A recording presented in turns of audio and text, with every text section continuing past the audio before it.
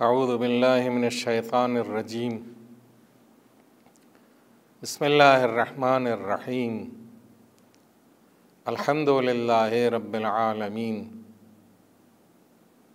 والصلاة والسلام علی اشرف الانبیاء والمرسلین سیدنا و نبینا ابی القاسم محمد صلی اللہ علیہ وعلی اہل بیتہ الطیبین الطاہرین المعصومین المنتجبین الاکرمین لا سیما علی بقیت اللہ فی الارضین ولعنت اللہ علی اعدائہم اجمعین من یوم عداوتہم الی یوم الدین اما بعد فقد قال سبحانہ تبارک و تعالی فی کتابہ الکریم بسم اللہ الرحمن الرحیم لقد خلقنا الانسان فی احسن تقویم ثم رددناہ اسفل سافلین الا الذین آمنوا وعملوا الصالحات فلہم اجر غیر ممنون۔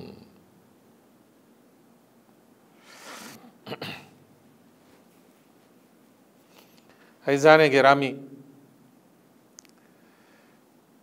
انسان کی خصوصیات سے متعلق اور انسان کی حیثیتوں سے، مختلف حیثیتوں سے متعلق گفتگو کا یہ سلسلہ یہاں تک پہنچا ہے کہ انسان خود ناشناس ہے، جب خود شناس بن جاتا ہے تو خدا شناس ہو جاتا ہے، اور جب خدا شناس ہو جاتا ہے تو اس کے اور خدا کے درمیان کوئی دوئی اور کوئی فاصلہ نہیں رہ جاتا۔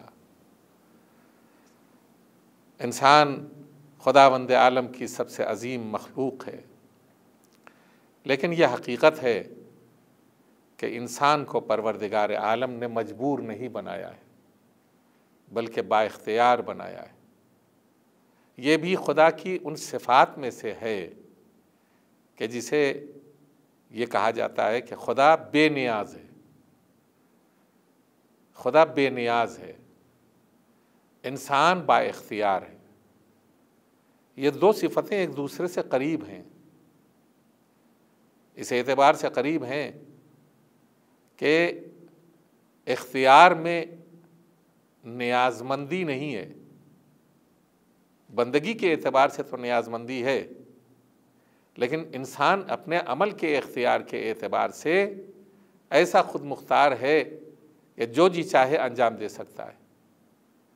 خداوند عالم بھی جو جی چاہے انجام دے سکتا ہے، انسان بھی جو جی چاہے انجام دے سکتا ہے، لیکن اگر وہ کسی چیز کی ویلیو کو سمجھتا ہے تو اسے اپنانے کی کوشش کرتا ہے، اگر ویلیو نہیں سمجھتا تو اسے نہیں اپناتا ہے۔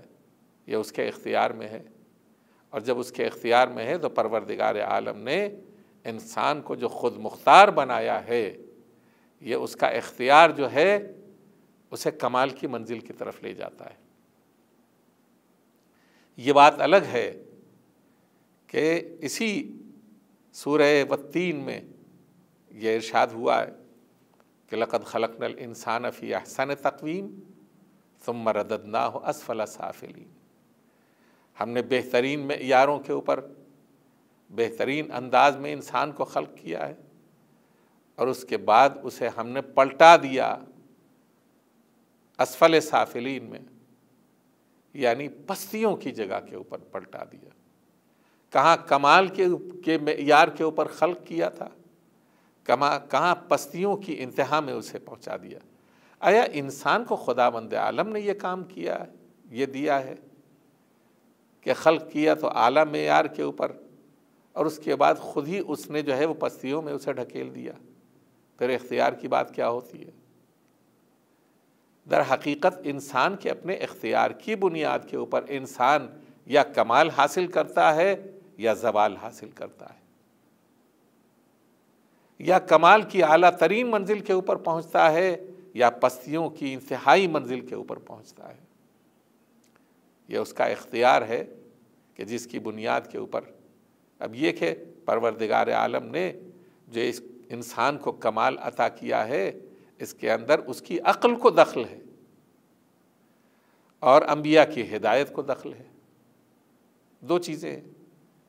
اور یہی وجہ ہے کہ عقل سے کام لیا، انبیاء کی ہدایت کے اوپر عمل کیا، کمال معراج کے اوپر پہنچ گئے۔ عقل سے کام نہیں لیا اور انبیاء کی ہدایتوں کے اوپر دھیان نہیں دیا، اسفل سافلین میں چلے گئے۔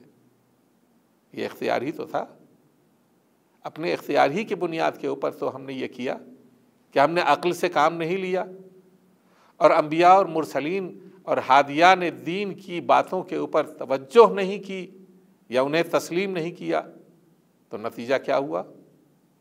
نتیجہ یہ ہوا کہ اسفل سافلین میں چلے گئے، پستیوں میں، برائیوں کی پستیوں میں، خرابیوں کی پستیوں میں، حیوانیت میں، بہیمیت میں چلے گئے، دہشت گردی میں چلے گئے، ہیں پیکرے انسانی داعش بن گئے، ہیں پیکرے انسانی، انسان اپنے ہی جیسے انسانوں کو ذبح کرتے ہیں پیکرے انسانی، اپنے ہی جیسے انسانوں کو زندہ جلا دیتے ہیں پیکرے انسانی۔ آیا یہ انسانیت ہے؟ یہ کمال بشری ہے؟ نہیں، یہ درندگی کا کمال ہے، یہ پستی کا کمال ہے، یہ دہشت گردی کا کمال ہے، یہ وحشیت کا کمال ہے، یعنی انتہائی پستی میں جانے والا یہ انسان۔ ثم رددناہ اسفل سافلین، اس نے خود ہی اپنے اختیار سے اس راستے کو چنا ہے، برائیوں کے راستے کے اوپر، بدعمالیوں کے راستے کے اوپر چلا ہے، دوسروں کی حق تلفی کرتا ہے۔ لہذا جب اس منزلوں کے اوپر پہنچ جاتا ہے تو ہم اسے اسفل سافلین میں ڈھکیل دیتے ہیں کہ تم اس لائق ہو، یہاں جاؤ۔ اور وہ لوگ کہ جو احسن تقویم کی منزل میں ہیں، وہ کمال بشری کو پانے کی کوشش کرتے ہیں، عقل سے سہارا لیتے ہیں اور انبیاء اور ہادیوں کی رہنمائی سے سہارا لیتے ہیں اور کمال کے زینوں کو طے کرتے جاتے ہیں اور اتنی عظیم منزل کے اوپر پہنچ جاتے ہیں کہ جس سے آگے کسی عظمت کا کوئی اور تصور پایا نہیں جاتا، یعنی خدا کا قرب حاصل کر لیتے ہیں۔ اس قدر قرب حاصل کر لیتے ہیں خدا کا کہ خدا اور بندے کے درمیان صرف خالقیت اور مخلوقیت کا فرق رہ جاتا ہے اور باقی ساری زوئی ختم ہو جاتی ہے۔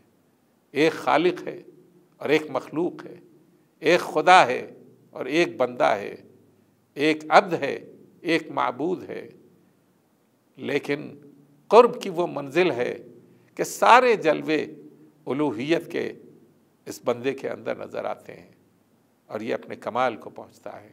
احسن تقویم کی ساری تفسیر یہیں سمٹ کر کے نظر آتی ہے۔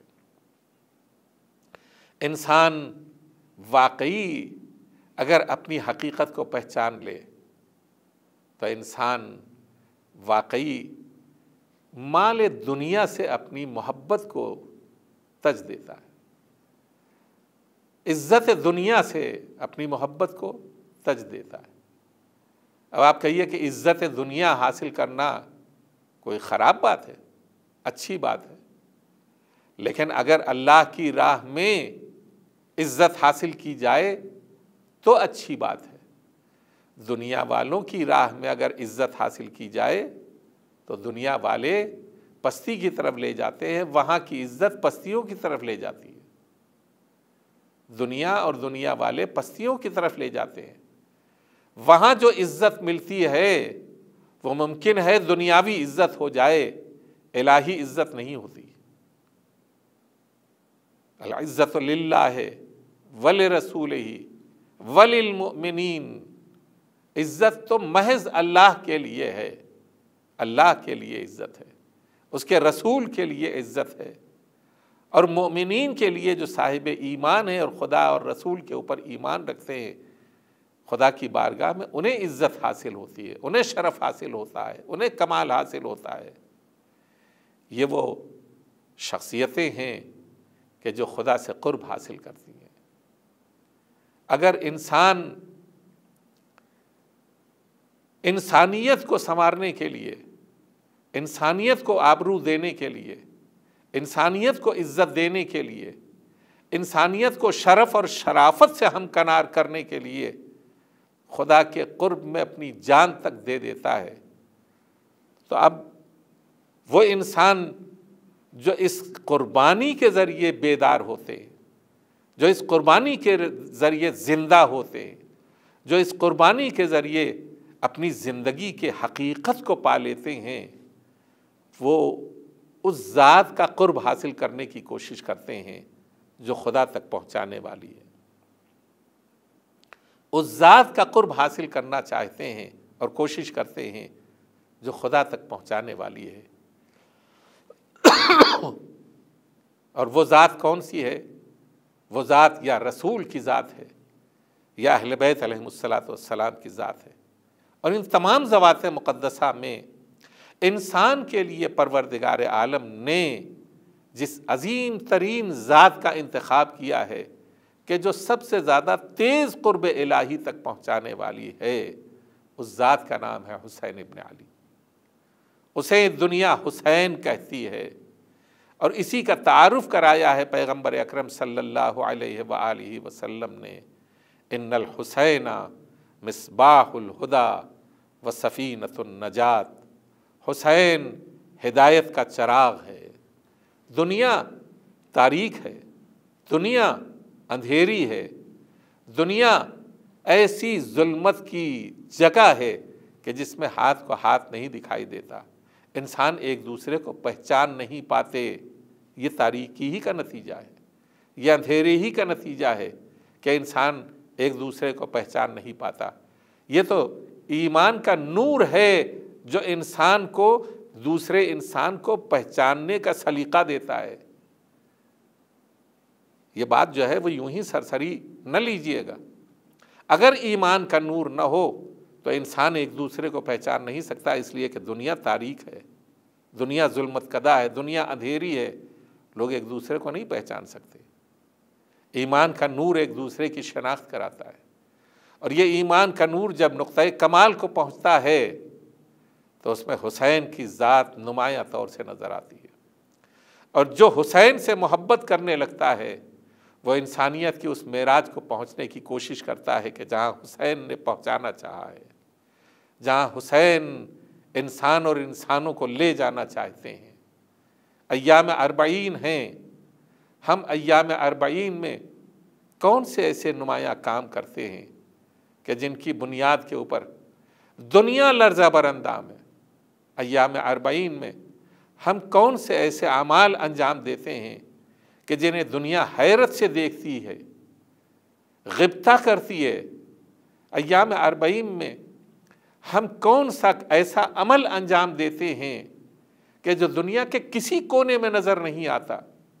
فداکاری یہاں نظر آتی ہے، محبت یہاں نظر آتی ہے، ایثار یہاں نظر آتی ہے، خدمت یہاں نظر آتی ہے، محبت یہاں نظر آتی ہے، الفت یہاں نظر آتی ہے، دین یہاں نظر آتا ہے، دیانت یہاں نظر آتی ہے، ہمدردی یہاں نظر آتی ہے، رسالت کے جلوے یہاں نظر آتے ہیں، الوہیت کا پرتو یہاں نظر آتا ہے۔ انسان حسین کی طرف جا رہا ہے، لیکن وہ نور الہی میں نہایا ہوا جا رہا ہے، اپنے قدموں سے چل کے جا رہا ہے۔ چند فرلانگ کا سفر طے کرنا ہو تو انسان گاڑی کا محتاج ہوتا ہے، اور تھوڑی دیر ہی تک، کافی دیر تک انتظار کرتا ہے، جب تک گاڑی نہیں ملتی اس وقت تک وہ 1-8 کلومیٹر بھی اگر چلنا ہو تو اس میں تکلف کرتا ہے۔ لیکن 60-65 کلومیٹر کا سفر وہ بھی پیدل طے کرنا، اور پیدل طے کرنے میں جوش کا مسلسل بڑھتے رہنا، ولولے کا مسلسل بڑھتے رہنا، ہمت کا مسلسل بڑھتے رہنا، طاقت کا مسلسل بڑھتے رہنا، اور قوت کو محسوس کرتے رہنا، ناتوانی کا احساس نہ کرنا، جذبہ فداکاری میں مستغرق ہو کر کے پیادہ روی کرنا، اور ہر دنیا کی تمام لذتوں سے اپنے آپ کو دور رکھنا۔ اور دنیا کی لذتیں قدموں میں بچھی ہوئی ہیں ان پیدل چلنے والوں کے، دنیا کی لذتیں قدموں میں بچھی ہوئی ہیں۔ یہ کیا ہے؟ یہ خدا کا وہ قرب ہے جسے حسین ہمیں ہمارے حوالے کر رہے ہیں۔ وہ الہی قرب ہے کہ جسے حسین نے ہمارے حوالے کیا ہے۔ ہم بالکل جناب موسیٰ کی طرح ایک چراغ کی طرف جا رہے ہیں۔ جناب موسیٰ رات کی تاریکی میں جناب شعیب سے رخصت ہونے کے بعد اپنے اہل خانہ کو لے کر کے نکلے۔ راستہ سردی ہے، راستہ تاریک ہو گیا ہے، اندھیرے میں کہیں کوئی سمت دکھائی نہیں دے رہی ہے، اور اتنے میں ایک چراغ، ایک روشنی جناب موسیٰ کو دکھائی دیتی ہے، اور جناب موسیٰ اس روشنی کی طرف جا رہے ہیں، اور یہ اپنے خاندان والوں کو کہہ کے جاتے ہیں کہ میں وہاں پہنچنے کے بعد وہاں سے راستے کی نشاندہی کر لوں گا، اور یا پھر تمہارے لیے روشنی لے کر کے آؤں گا، انگارہ لے کر کے آؤں گا، تاکہ اس کے ذریعے تم گرمی حاصل کرو۔ یہ اس روشنی کی طرف جا رہے ہیں۔ موسیٰ ایسی روشنی کی طرف جا رہے ہیں کہ موسیٰ کے بعد یہ روشنی خاموش ہو جائے گی، لیکن ہم جس روشنی کی طرف جا رہے ہیں اس روشنی کا تعارف پیغمبر اکرم صلی اللہ علیہ وآلہ وسلم نے کرایا ہے، اور وہ روشنی ہے ان الحسین مصباح الہدیٰ، حسین مصباح ہدایت ہیں، چراغ ہدایت ہیں۔ ہم نے چراغ ہدایت کو دیکھ لیا ہے، جب ہی ہم شوق سے اپنی تاریک دنیا سے نکل کر اس چراغ ہدایت کی طرف جا رہے ہیں۔ جیسے موسیٰ رات کی تاریکی میں راستہ تلاش کرنے میں دشواری آ رہی تھی انہیں، ہم دنیا کی تاریکی میں مصباح ہدایت کی لو کی طرف جا رہے ہیں، روشنی کی طرف جا رہے ہیں، نور کی طرف جا رہے ہیں، ہدایت کی طرف جا رہے ہیں، خدا کی طرف جا رہے ہیں، رسول کی طرف جا رہے ہیں۔